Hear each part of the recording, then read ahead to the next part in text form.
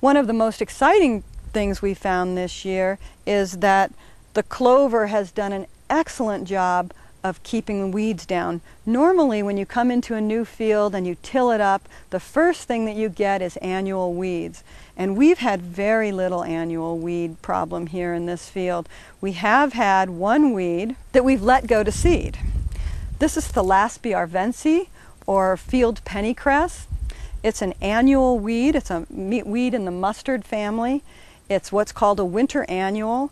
It germinates late in the fall or very early in the spring, and then it completes its life cycle very early on.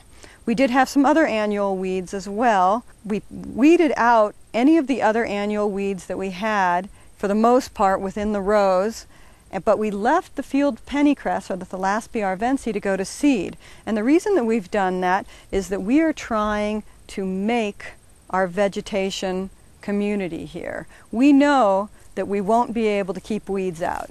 If we didn't know that, 2006 has been the best year to see that. All the other farms in the area have had one of the worst weed years ever, probably because we had a warm, wet spring. So there's going to be something growing there, and we want to decide what it is. So we've chosen clover, obviously, because it's a nitrogen fixer and it will add nutrients to the soil. We've allowed the Thalaspi arvense to stay in the field because it's the first thing to bloom in the spring. And it has these lovely white mustard family blooms that our parasitic wasps like to use as a pollen and nectar source.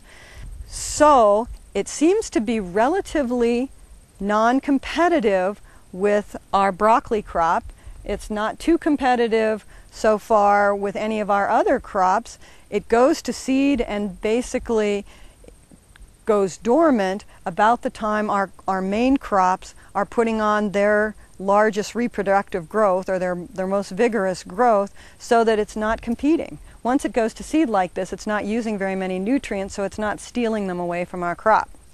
So we have mapped this with a GPS unit, and we'll look to see where the different patches are and how they spread, and hopefully this will be a weed that we'll learn to live with, and will smother out some of the other weeds that we find to be more competitive with our crops.